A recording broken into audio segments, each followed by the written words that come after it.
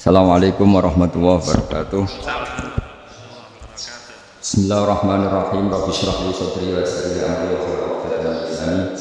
Allahumma shalli wa sallim ala sayyidina Maulana Muhammadin wa ala alihi wa sahbihi ajmain. Amma ba'du. Ini yang saya hormati pertama, pengatur saya ini Profesor Dr. Haji Maskuri. Yang cara ngomong tidak kayak profesor tapi kayak jurkam. Jadi kalau ciri utama akademisi itu kalau ngomong itu teduh, datar, runtut, sehingga memaksa orang lain itu menerima karena runtutan logika yang terbangun. Ya, kalau ini enggak, pokoknya kasar gitu, pokoknya orang itu. Ini agak lazim, agak dalam dunia ilmu. Semua wakil rektor, semua yang hadir yang saya hormati, saya seperti yang dikatakan moderator Pak Sinten, Bapak Anwar, bahwa memang saya tidak boleh terikat sama yang di belakang ini karena ini kayak apa ya, ada satu madhab yang anak-anak Unisma semuanya harus tahu, teman-teman di Unisma, menjelaskan itu tidak lebih baik. Jadi karena seakan-akan belum melakukan.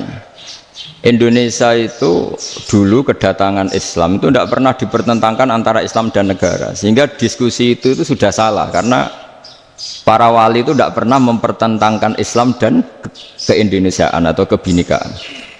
Satu, bahwa para wali itu misinya dakwah, di mana-mana dakwah itu pasti ketemu yang berbeda, mulai beda agama, beda pilihan madhab, beda tradisi, beda kultur. Jadi itu tidak perlu dipertentangkan, tapi malah itu jadi lahan dakwah. Sehingga kita ini kalau diminta diskusi hubungan negara dan agama malah bingung, memangnya kenapa.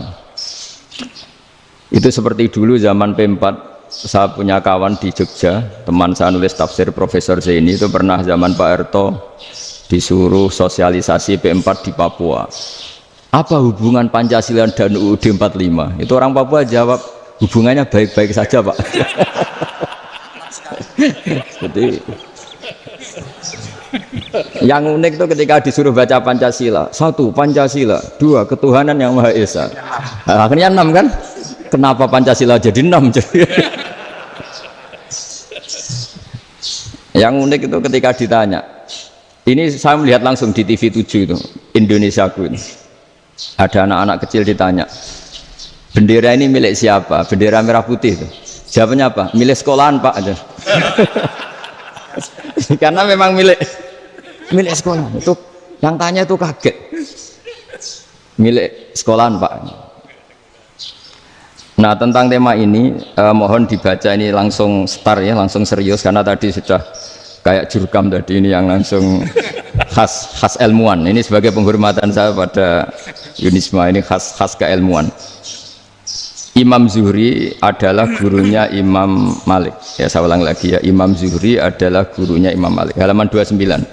Ini langsung start saya baca halaman 29. Dan ini terutama yang para punggawa-punggawa ini. Saya baca ya. Ini teks tidak ada yang saya rubah, memang persis seperti ini.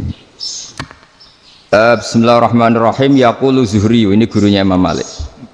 Fama futiha fil islami fathun qablahu kana a'zama minhu. Innama kanal qitalu haitsul taqon nasu. Falam makanatil hudnatu wa wadu'atil harbu wa amanan nasu ba'duhum ba'du wal taqaw fatafawadu fil hadits wal munaza'ah. Falam yaklim ahadun bil islami yaqilu syai'an illa dakhula fihi. Walaqad dakhalataini kasanaten mithlu man kana fil islam qabla dzalika au aktsar. Terus ini ngomongnya harus santai, nggak boleh provokatif. Begini, kita tahu dalam perdamaian Hudaybiyah itu poin-poinnya itu semuanya merugikan Islam. Di antaranya adalah jika yang Islam masuk kafir harus dibiarkan, karena berarti masuk ke habitat asli. Karena Nabi sebelum jadi Nabi, komunitas pokok itu kafir, sehingga kalau Islam masuk kafir kembali ke habitat.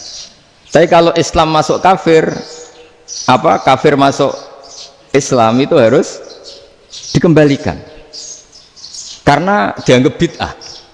Maka kalau kamu dituduh bid'ah itu tenang saja dulu, Nabi itu ya dituduh ji'ta bidinin muhdas, kamu datang dengan agama yang baru. Cuma agak diteruskan wa kullu muhdatsatin bid'ah wa kullu bid'atin dalalah. Jadi orang-orang kafir dulu kalau ngomentari Nabi ya ji'ta bidinin muhdas, kamu datang dengan agama yang apa? Baru. Nabi nurut. Semua perjanjian yang merugikan Islam itu Nabi nurut. Tapi Nabi hanya minta satu hal, jangan ada perang 10 tahun. Dan orang boleh seminar, boleh diskusi tentang Islam. Ya ini dengerin betul ini. Jadi saya tidak akan provokatif, ini pakai logika. Nanti bisa dipakai disertasi doktor. Tapi saya minta orang boleh diskusi, boleh seminar tentang Islam. Akhirnya saat itu juga ada orang yang masuk Islam, di depan tulisan itu belum kering istilahnya, datang ke situ, namanya Abu Jandal bin Suhail bin Amr. Itu datang ke Nabi, ya Rasulullah saya ini mau masuk Islam. Kata orang-orang kafir, ini pertama Muhammad, kamu komitmen enggak sama perjanjian? Kalau kamu komitmen harus kamu kembalikan. Nabi bilang, ya Abu Jandal kamu kembali ke mereka, ke habitat mereka, yaitu menjadi kafir, di komunitas kafir maksudnya. Akhirnya nangis. Sayyidina Umar itu mendekati Abu Jandal, kemudian memberi isyarat supaya ngambil pedangnya. Jadi isyaratnya wong ini baca ora wis. Maksudnya orang-orang kafir. Tapi Abu Jandal nggak mau. Singkat cerita akhirnya kembali ke komunitas kafir. Tapi yang dikatakan Imam Zuhri cara analisis ini nggak bisa pakai provokatif, harus pakai analisis. Innama kanal kitalu haitsul takon nasu. Yang namanya perang itu menjadikan orang tidak berpikir jernih. Ini poin yang diambil oleh Rasulullah. Kalau dibahasakan Nabi curi kesempatan, maksud Nabi dikatakan mencuri, meskipun itu hanya bahasa ya. Enggak mungkin lah kita bahasakan seperti itu. Saya ulang lagi ya. Kenapa ada perang berkesinambungan? Sampai tahun ke-8 Hijriah, mulai tahun kedua ada perang Badar sampai tahun 8 Hijriah itu perang terus. Nabi sama orang kafir perang terus. Akibatnya apa Pak Profesor? Namanya perang itu ya nggak kau bermikir. Pokoknya agar ketemu Islam perang, Islam ketemu kafir perang, nggak kau bermikir. Padahal Islam itu bisa diterima oleh akal sehat, harus lewat diskusi, lewat pengamatan, lewat pemikiran, lewat pengendapan berpikir. Makanya Nabi tahu ini masalah besar. Kalau orang perang terus, itu gak kober mikir Islam, tidak sempat diskusi tentang Islam. Makanya Nabi hanya minta satu poin. Oke, perjanjian ini satu rutin semua, tapi saya minta orang kafir semuanya boleh mendiskusikan Islam, boleh seminar tentang Islam. Mereka bilang iya, karena pikiran mereka kan diskusi paling piye. Ternyata betul, ada diskusi. Terus temanya gini, kira-kira bener di Muhammad Abu Jahal. Terus Tuhan Muhammad sama Tuhan Abu Jahal itu keren mana? Diskusi. Tuhan Muhammad itu khaliqus samawati wal ardi, yang menciptakan langit bumi. Sebagaimana kampanyenya Muhammad. Ya mereka masih jangkar bilang Muhammad. Kalau Tuhan kita, ya berhala itu yang kita bikin, yang kadang rusak, yang kadang kudanan, terus lemutan, pokoknya terus diskusi. Kita kok bener pengirannya Muhammad. Terus Muhammad Abu Jahal. Mulai dhisik Muhammad itu ratau bodoh nih. Mulai dulu Muhammad tuh gak pernah bohong. Abu Jahal, waduh, wis bodoh nih ngongkonan. Wis ribet kan? Dan semua diskusi itu mengarah ke kebenaran Islam. Akhirnya ngomong kafir sing tokoh-tokoh cara Jawa yo. Wah, semane jebule masalah ini kan. Artinya gini, kalau kita ingin Indonesia damai, sebenarnya yang untung itu Islam. Karena Tuhan yang menciptakan langit dan bumi tentu gak akan diperbandingkan atau akan dikalahkan oleh Tuhan yang lahirnya saja sudah di bumi. Misalnya kita menjual Tuhan Allah, siapa itu yang menciptakan langit bumi, yang ada sebelum langit bumi? Bandingkan dengan Tuhan yang lahirnya di bumi, ada tanggal lahirnya, ada aktenya, itu kan sudah ribet kan? Begitu juga kalau memperbandingkan tokoh. Muhammad itu siapa? Tokoh yang bisa menyatukan pan-Arabik, tokoh yang begini-begini, yang sayang istri, sayang keluarga. Dibandingkan dengan tokoh Abu Jahal, Abu Lahab yang corong jauh penggaweannya yang ngerugikan orang lain. Akhirnya orang itu mulai tertarik sama Islam. Makanya kata Az-Zuhri, pakai bahasa dulu. Falam yaklim ahadun bil Islam. Tapi kalau sekarang yang populer itu bahasa yatakallam. Sebetulnya yang benar itu bahasa kalimah yaklimu kalaman, karena masdarnya itu kalam, berarti sulasi nopo mujarrad. Tapi di fiilnya itu mujarradnya enggak kelaku. Jadi di fiilnya takallama yatakallamu, tapi untuk masdarnya yang kelaku kalaman. Jadi ini agak unik, agak enggak lazim. Mestinya kan takallama yatakallamu takalluman, tapi di masdarnya kalam populer, tapi di fiilnya tidak populer. Saya teruskan ya. Ini penting sekali. Jadi menjual Islam, kalau boleh dibahasakan menjual, itu tetap enak dalam kondisi damai. Karena kalau kita perang, itu bawaannya kalau ketemu ya perang. Kalau ketemu perang, sehingga orang itu rakober diskusi loh. Saat benernya Islam sampai kafir itu bener di. Karena tidak kober diskusi, tidak sempat diskusi, orang yang milih yang kafir. Karena yang mayoritas yang kuat. Sementara Islam zaman itu lemah. Ya Nabi itu yang diminta hudnah, yang penting kita damai. Terus orang boleh mendiskusikan benar mana kita dan mereka.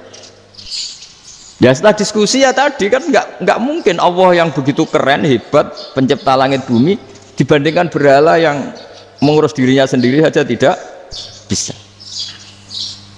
Walhasil terus orang mulai tertarik sama Islam dan aturannya nggak boleh dilarang diskusi itu. Nah makanya saya pernah ditanya beberapa profesor di Jogja, Gus, suatu saat kalau kampus paling keren di Jogja ini ada Islamic Studies, kemudian pengajarnya dari berbagai agama, ini riskan nggak bagi Islam? Saya jawab, asal yang didiskusikan Islam itu nggak masalah, yang repot itu nak umat Islam.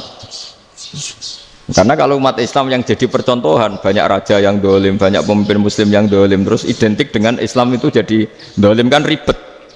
Ya kalau pas umat Islam, kalau Islam yang kumat kan jadi masalah kan. Nah, ini kan terus jadi beda umat Islam sama Islam yang lagi apa? Kumat. Singkat cerita terus Islam mendapat posisi yang luar biasa. Nah makanya di sini diistilahkan falam makanatil hudnah, ketika ada perdamaian wa amanan nasu ba'dum ba'do, orang merasa aman, itu fatafawadu fil hadis wal munazaah. Mereka berdebat, munazaah itu berdebat. Keren mana konsep Muhammad dengan konsep Abu Jahal, keren mana konsep Tuhannya Muhammad dengan Tuhan kita, terus diskusi dan mereka akhirnya ikrar, wah yang benar ya Muhammad lah. Di mana-mana Tuhan tuh ya sebelum langit dan bumi, di mana-mana Tuhan yang punya reputasi menciptakan. Masa Tuhan reputasinya diciptakan, nah, kayak berhala dan sebagainya. Ibadah juga gitu. Ibadah wong kafir itu kalau tawaf itu telanjang, ibadah Muhammad santun pakai pakaian, terus akhirnya mereka mulai tertarik Islam. Sehingga saya lihat di beberapa tafsir, saya memang tidak akan ngomong yang tidak serius, ngergani Unisma ben sawangane pemikir serius. Di Quran itu sampai lihat di tafsir Tobari itu ada ayat bal naqzifu bil haqqi 'alal batil fayadmaghuhu fa idza huwa zahid. Qadzafa itu kalau di kamus tak lihat itu takallama bila dalilin. Qadzafa itu ya pokoknya sekenanya. Artinya gini, kebenaran Islam atau kebenaran hak itu kamu taruh sekenanya saja itu tetap menang. Apalagi kamu taruh secara teratur, kamu taruh sekenanya saja itu tetap menang. Sehingga di sini banyak sahabat yang hidup di Cina.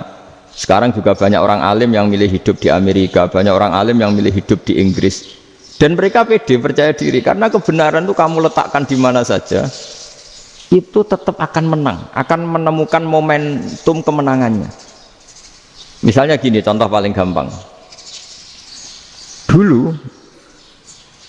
Dulu para peneliti, seorang lebih dulu para peneliti itu ya datang kemana-mana, termasuk Ibnu Battuta, termasuk Ibnu Khaldun, ya semua peneliti itu suka neliti. Setelah diteliti, Quran itu satu-satunya kitab suci yang membicarakan sains, misalnya tentang falak, tentang astronomi, tentang asal-usul kejadian manusia, kejadian makhluk, juga bicara tentang geografi, geologis, semuanya. Sementara kitab lain hanya cerita tentang mawaid wal hikam wal ibar. Jadi diteliti kayak apa, pada akhirnya hak ini yang menang. Bal naqdhifu bil haqqi 'alal batil fayadmaghu fa idza huwa zahid. Saya berkali-kali cerita, ada ulama yang ahli matematika. Ketika ditanya kenapa kamu suka ngajar matematika, sampai muridnya itu ragu, ini guruku mlebu swarga ta ora, penggaweane mulang matematika. Jadi para muridnya bermimpi bahwa Imam Amudi itu disuruh ngajar para malaikat. Dan itu pede betul dia. Kata Allah, ini ulama saya yang iman kepada saya setingkat iman kamu. Dari malaikat itu tidak mungkin Gusti kita menyaksikan langsung engkau sementara ini di bumi, nggak nyaksikan jenengan. Kenapa bisa sepede dan seyakin itu? Akhirnya Imam Amudi disuruh ngajarin matematika. Jadi Anda kalau profesor itu nanti harus sempat ngajari malaikat, itu baru benar-benar profesor. Jadi nanti di akhirat ngajari siapa? Malaikat. Jadi ada seminar yang melibatkan banyak malaikat, narasumbernya itu seorang profesor. Itu ketika kenapa engkau begitu yakin kalau Allah itu Tuhan dan Allah itu Al-Wahidus Shomad. Terus Imam Amudi mulai nulis angka agak beraturan. 2, 3, 4, 5 sampai 1 miliar, 1 triliun, semuanya enggak beraturan. Kata beliau, nisbatus naini wasalasa ila ma la nihayatalaha iku nisbatul far'i ilal asli. Mbok angka sebanyak apapun, 2 dibanding 1 ya far'ul wahid, 3 dibanding 1 ya far'ul wahid.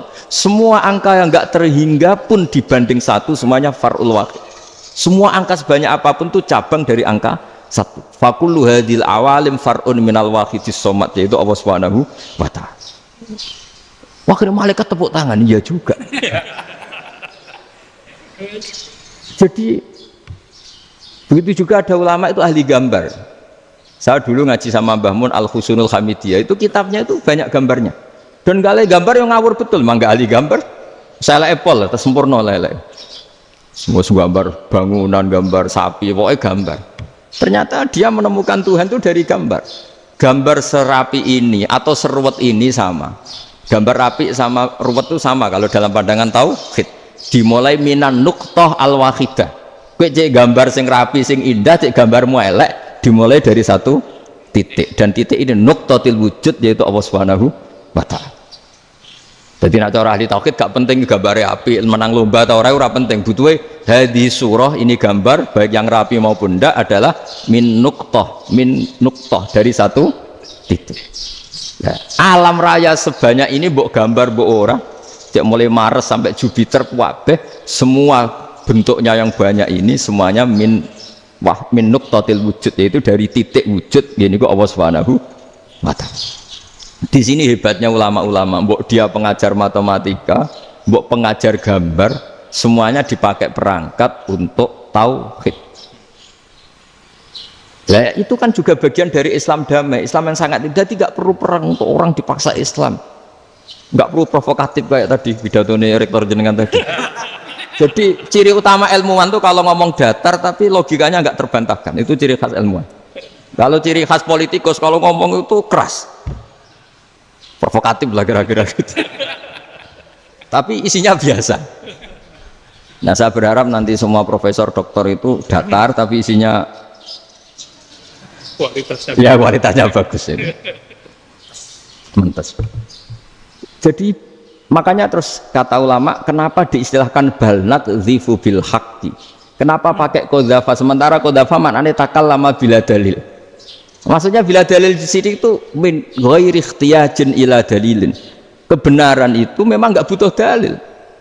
Apa kita perlu dalilnya apa? Buktinya apa? Kalau 3 itu cabang dari 1. Wong gendeng yakin yang takut gitu pas orang gendeng.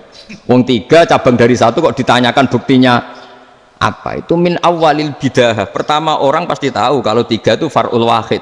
1 juta juga far'ul wahid. 1 miliar juga far'ul. Gambar yang sebanyak apapun ya dimulai dari 1 titik, cek gambar bener maupun yang tidak. Akhirnya apa? Ulama dulu itu sebegitu rileks nerangkan tauhid.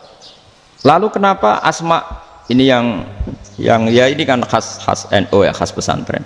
Sebenarnya saya keberatan pakai istilah khas NU, pakai khas pesantren karena NU itu anaknya pesantren, jangan dibalik pesantren anaknya NU, karena sebelum ada NU itu ada pesantren. Tapi kayaknya Unisma lebih suka pakai bahasa NU dan saya ya agak-agak orderan yang terpaksa disuruh ngomong.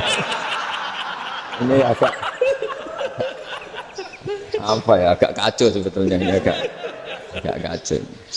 Jadi NU itu sama pesantren itu tua pesantren.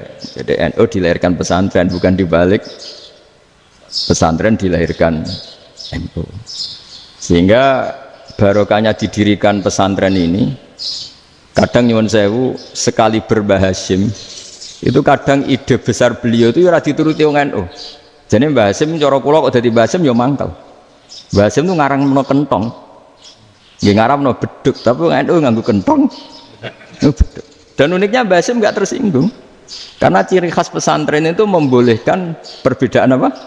Pendapat. Itu masyhur khilafnya Mbah Hasyim sama Mbah Fakih Mas Gumambang itu sampai dikitabkan. Saling ngeritik, saling macam-macam lah. Jadi cara berpikir Mbah Hasyim ketika Nabi rembukan, ini gimana ya cara menentukan waktu sholat ya? Ya pakai kentong ya Rasulullah, dzakalin nasoro itu untuk orang Nasrani. Ya pakai buk itu trompet, dzakalil Yahud itu untuk orang Yahudi. Terus, ada yang lagi pakai api ya Rasulullah, dzakalil Majusi itu orang Majusi. Setelah itu ada orang datang lari-lari cerita mimpi azan tadi. Ya itu terus dipakai sarana pemanggilan sholat ya azan itu. Sehingga Mbah Hasyim menolak kentong. Karena mantas sababi qaumin fahuwa minhum. Beliau keras sekali sampai bilang haram. Beliau judulnya ya haram. Al-Jasus Antakhrimin Naqus. Setelah naskah itu sampai ke Mbah Fakih Mas Gumambang di Gresik situ, di daerah Dukun situ. Dulu nggak ada WA ya, jadi sampainya ya lama. Makanya saya sampai sekarang nggak punya WA karena ya saya ulama kan, kalau WA-an terus ya jadi ulama. Nggak jadi ulama main WA-an terus itu. Lah itu termasuk rektor gak kau bermikir itu mesti kebanyakan WA. Karena kan otaknya didikte oleh sesuatu yang masuk. Sesuatu yang dilihat itu kan pasti mendikte kita. Beda kalau yang enggak WA-an kan mikir apa kita yang menentukan. Kalau WA-an kan kita ditentukan. Mau mikir anaknya butuh apa gara-gara WA informasi Jakarta mikir Jakarta. Padahal secara kewajiban ngapain kamu orang Malang mikir Jakarta? Gara-gara WA mikir Jakarta belum selesai ada berita di Sulawesi, mikir Sulawesi. Habis itu mikir NTT. Makanya semua orang sekarang merasa tokoh nasional gara-gara informasi yang masuk itu nasional. Jadi Mas Yo RT yang mikir gimana Gus Indonesia. Padahal RT loh. Sampai lupa kalau dia itu RT. Jadi semua orang sekarang merasa tokoh nasional. Dan itu gara-gara apa coba? Akhirnya semua orang juga punya ide tentang nasional. Harusnya negara itu gini-gini. Jebule wonge sing duwe ikon itu apa? RT. Ribet kan? Saya teruskan, setelah naskah itu sampai ke Kiai Fakih Mas Gumambang, beliau itu marah besar. Ini harus dilawan, dan saya bukan karena benci Mbah Hasyim. Beliau teman saya ketika ngaji Kiai Mahfud di Mekah. Jadi Mbah Fakih dan Kiai Hasyim itu teman ketika ngaji di Mekah. Terus cara ngelawan tuh lucu, gak ilmiah, tapi gak ilmiah wong alim tetap ilmiah. Di mana-mana serupa itu tidak sama. Ya kalau mungkin zaman Nabi di Madinah itu, zaman itu kentong itu identik dengan milik Nasrani. Di Indonesia beda. Pos kampling ya kentong, kebakaran ya kentong, wae sarapan orang di LP ya pakai kentong. Jadi tidak ada jaminan kalau kentongan itu identik dengan Nasrani. Lalu haramnya di mana? Yang di mana-mana tasabuh itu identik. Ini tidak identik. Mulai masalah kan? Mulai masalah. Jadi beliau gaya judul Hazruus. Hazruus itu kepala bergeleng-geleng. Sekarangan kok ngene. Jadi sekarangan kok provokatif gitu. Nah. Dan itu Mbah Hasyim ya hormat Mbah Fakih hormat Mbah Hasyim. Saya sendiri secara pribadi itu lebih suka pendapat Mbah Hasyim sebetulnya. Karena bagi saya sholat itu sakral, ya sudahlah kalau sakral ya dipanggil dengan sesuatu yang sakral yaitu kalimat thayyibah azan. Tapi saya tidak akan bilang kalau kentongan itu haram. Karena kalau haram alasannya mirip orang Nasrani, sementara pos kampling ya pakai kentong, ada banjir ya kentong, ada kebakaran ya kentong. Jadi tidak identik untuk misa atau untuk sholat ala Nasrani. Tapi itu dulu ya rileks saja, dua beliau itu ya saling menghormati padahal saling kritik. Dan dulu ulama yang beda madhab itu ya saling menghormati. Imam Syafi'i itu kalau sholat di kawasan Masjid Abi Hanifah ya tidak kunut. Ketika ditanya kenapa kamu tidak kunut sementara engkau berpendapat kunut itu sunat, ikroman di hadal madhab, saya sangat menghormati madhab. Imam Ahmad bin Hanbal itu berpendapat kalau orang pakai bekam, pakai iftisot atau hijamah itu batal sholatnya. Sementara Imam Syafi'i mengatakan tidak batal apa sholatnya atau wudunya tidak batal. Tapi Imam Ahmad itu ditanya, apa kamu makmum Syafi'i? Bagaimana mungkin saya tidak makmum sama wali kutub seperti Imam Syafi'i? Padahal menurut keyakinan Imam Ahmad ini sholatnya batal. Ini habis ikhtiqam udah wudu. Tapi tetap saja beliau karena perbedaan pendapat di furu' itu lazim. Ya orang boleh berdebat. Ketika Unisma datangkan saya, itu saking senengnya kiai, apa saking sombongnya sampai ngatur kiai, kan nggak pernah bisa diperdebatkan. Itu kan orang boleh debat kan? Itu saking angkuhnya apa saking senengnya kan nggak jelas kan? Kan dan orang boleh setuju pendapat saya, yaitu ngatur kiai itu haram. Setuju juga Pak Rektor, ekspresi mahabbah itu ya macam-macam. Dulu sahabat ya gitu, sahabat itu ada yang nggak kenal wajahnya Nabi sama sekali sampai akhir hayatnya. Ketika ditanya, lo kamu itu sahabat kok nggak tahu wajahnya Nabi? Saya tidak pernah berani memandang Nabi karena ijlalan Nabi, terlalu menghormati saya sehingga tidak berani memandang wajahnya. Ada sahabat yang penggawaannya dulu wajah Nabi sampai bisa nyifati alfiu faminunil hajib, sampai bisa nyifati detail karena dulu wajah Nabi itu ibadah. Ada seorang wali ditanya, kalau kamu di surga ingin nggak melihat Allah? Enggak. Loh, tapi semua orang ingin melihat Allah. Unazzihu dzalikal jamal an nadzari misli. Ben gak elek-elek Allah tak delok terima aku. Wong ra jelas. Berarti kok delok pengiran. Banyak. Jadi justru tapi karena saking takzimnya. Enggak lah, mosok sak aku kok. Makanya saya berkali-kali cerita. Menurut kesepakatan ulama, soft awal itu paling baik. Tapi banyak juga wali yang kalau sholat itu di belakang. Koyok paling bener yang gue ngarep. Lu bayangkan misalnya kamu semangat di soft awal di masjid haram, jebule sholatnya salah. Ujar malaikat, gayane gue ngarep, jebule raro. Ini di sini wong, jebule bodoh gitu. Gayane gue ngarep, jebule. Coba orang kalau sowan Mbah Mun, yang berani di depan itu kan ya ketuanya atau jubirnya kan, yang merasa tidak pati pinter-pinter kan mesti di pojokan. Artinya sudut pandang seperti itu ya sah saja, apa?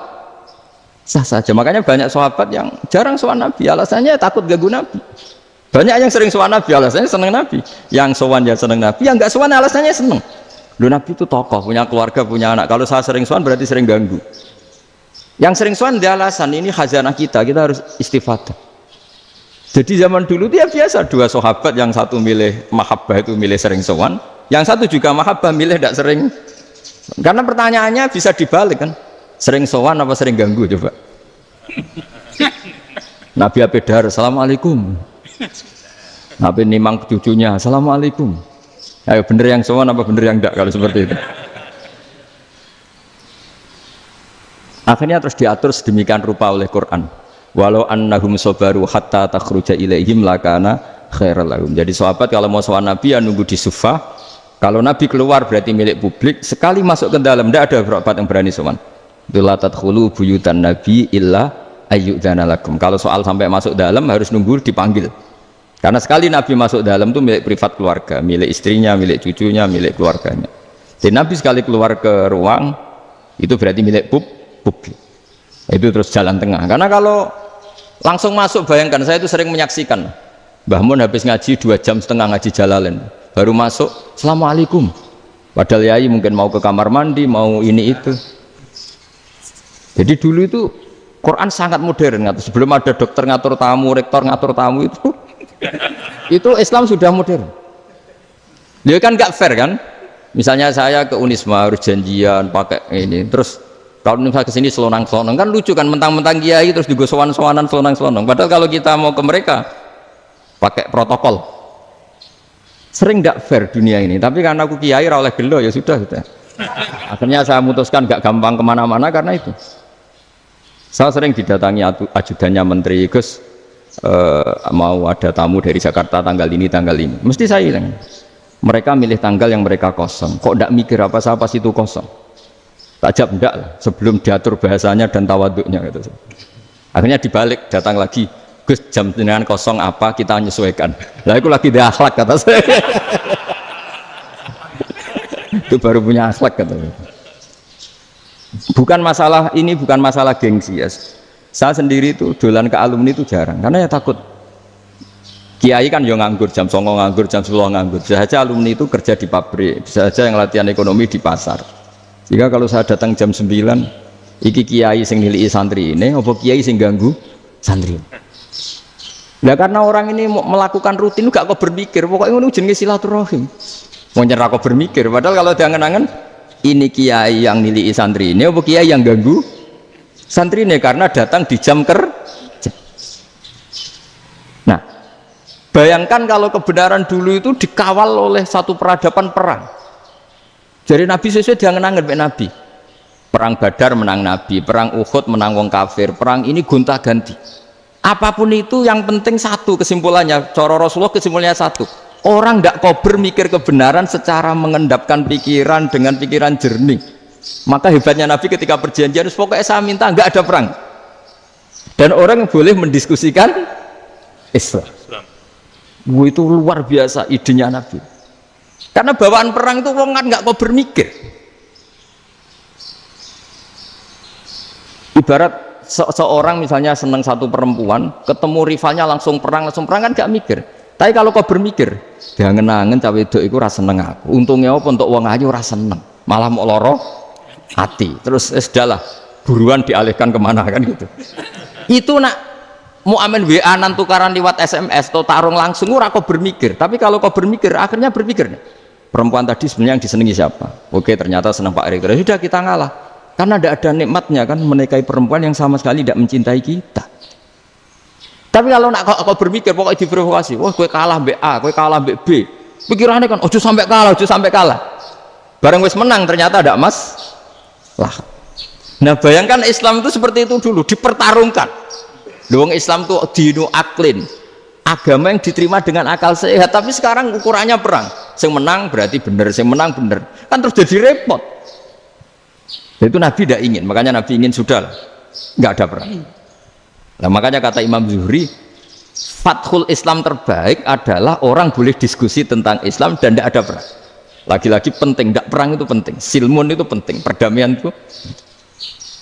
Setelah tidak ada perang, akhirnya fatafawadu fil hadis wal munazah, orang boleh diskusi apa saja, termasuk boleh adu polemik. Konsep satu Tuhan dan Tuhan banyak diperdebatkan. Akhirnya Nabi secara rileks bisa menjelaskan. Muhammad, urusan kita banyak. Kalau Tuhannya satu tidak cukup, Tuhan harus banyak untuk menyelesaikan berbagai urusan. Ada Tuhan bagi rektorat, bagi ya, macam-macam kan.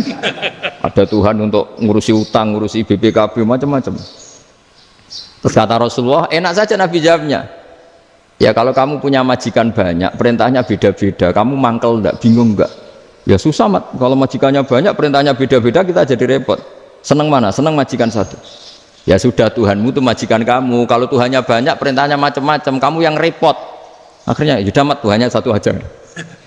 Ya itu ya barokahnya diskusi tadi, barokahnya enggak perang. Daraballahu mathalan rajulan fihi syuraka'u mutasyakisuna wa rajulan salamal lirajul hal yastawiyani masalah. Terus alhamdulillah. Jadi orang yang paling kafir pun saat itu taslim. Nah ini kembali ke kalimat la ilaha illallah. Saya tidak perlu provokatif, pasti teori saya itu benar. Bukan saya bilang benar itu karena sombong, enggak. Ini sesuai teks. Misalnya begini, benar enggak kelompok takfiri yang suka ngafirkan orang lain? Itu pasti tidak benar. Logikanya gampang. Orang yang kafir 70 tahun saja dengan melafadzkan la ilaha illallah menjadi muslim. Masa dengan kalimat yang sama yang muslim menjadi kafir? Itu logikanya kan enggak ketemu. Orang kafir 70 tahun untuk menjadi muslim disuruh baca apa? La ilaha illallah. Tapi gara-gara baca la ilaha illallah nyekel patok jadi kafir. Pertanyaannya, loh ini kalimat apa? Kalimat untuk mengkafirkan apa kalimat untuk mengislamkan? Karena yang kafir dengan kalimat itu menjadi Islam, ternyata yang Islam dengan kalimat itu menjadi kafir. Itu ketemu nggak? Cara logika itu kan nggak ketemu kan? Makanya cara pikirannya Abul Hasan Asyadzili, dan saya setuju pikiran itu. Istighfar ini boleh orang Jawa Timur protes karena kadang beda manhaj, tapi jangan protes saya, protes Abul Hasan Asyadzili, kualat mesti sampean. Ketua Torekoh napa? Sadziliyah. Cara madzhab Sadzili, dan Anda boleh berbeda madzhab, mencari khasnya wong kampus wani beda. Beda kapasitas lah, pokoknya butuhnya beda. Dan ketok pinter, ketok kritis tuh. Cara madhabi Abul Hasan Asadili itu gini Pak Rektor. Jadi istighfar itu baik, tapi ba'da kamali tauhid, setelah tauhidnya itu benar. Alasan beliau masuk akal. Ketika ada ayat fa'alam annahu la ilaha illallah wastaghfir li dzambik. Bihadil kalimah. Jadi orang boleh istighfar setelah tauhidnya benar. Alasannya Abul Hasan Asadili begini. Qul lil ladzina kafaru iyantahu yughfar lahum ma qad salaf. Katakan kepada mereka yang kafir, sekali mereka tidak kafir, maka otomatis dosanya masa lalu diampuni. Pertanyaannya, yang bisa menghentikan kekafiran itu kalimat apa? La ilaha illallah. Dengan hanya melafadzkan la ilaha illallah Muhammadur Rasulullah, langsung yughfar lahum ma qad salaf, langsung dosanya diampuni. Berarti yang menjadi pengampun dosa lah, penyebab pengampunan itu apa? La ilaha illallah. Itu bahkan orang kafir belum istighfar. Di ayat itu kan Allah gak mensyaratkan setelah la ilaha illallah istighfar baru diampuni, enggak. Asal la ilaha illallah langsung yughfar lahum ma qad salaf. Saya ulang lagi ya, jelas ya. Jadi qul lil ladzina kafaru iyantahu yughfar lahum ma qad. Nah, sekarang iyantahu, mereka berhenti dari kafirnya. Syaratnya pakai apa? La ilaha illallah Muhammadur, itu langsung yughfar lahum ma qad. Artinya apa?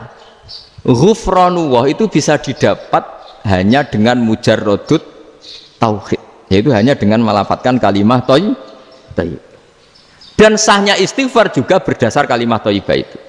Misalnya gini, orang kafir sebelum Islam melafadzkan astaghfirullah, astaghfirullah, astaghfirullah, kira-kira diterima enggak? Enggak kan?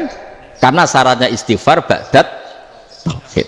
Nah, makanya dalam adab Sadili istighfar itu setelah la ilaha illallah. Karena cara pandang ya seperti itu. Jadi fa'alam annahu la ilaha illallah wastaghfir li dzambik. Jadi dengan kebenaran tauhid saja ini sudah cukup kita insya Allah layak diampun.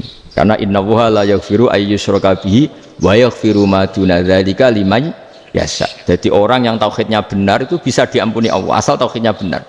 Itu Allah ngendikan liman yasha wa yaghfiru ma duna dzalika liman yasha. Dawe Imam Suyuti walam yakun liman yastaghfir. Jadi orang yang bertauhid secara benar meskipun gak sempat istighfar itu tetap potensi diampuni.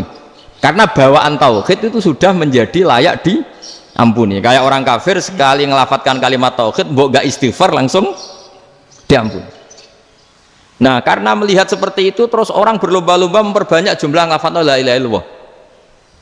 Jadi kita yang alim, kita semua, saya tidak bilang saya, kita termasuk yang di pinggir-pinggir saya ngaku alim ora masalah lah soalnya. Kita semua yang alim-alim itu tahu bahwa la ilaha illallah itu super. Sudah bawaannya tauhid, juga punya kelayakan diampuni. Nah, kemudian nasib kita agak sial. Malah kalimat ini dituduh bid'ah, dituduh khurafat. Mergo Nabi nggak pernah tahlilan, Nabi nggak pernah. Nabi gak pernah tahlilan, kalau diartikan Nabi ratau maca la ilaha illallah enak gak kalimat ini. Nah, ini provokatif ini.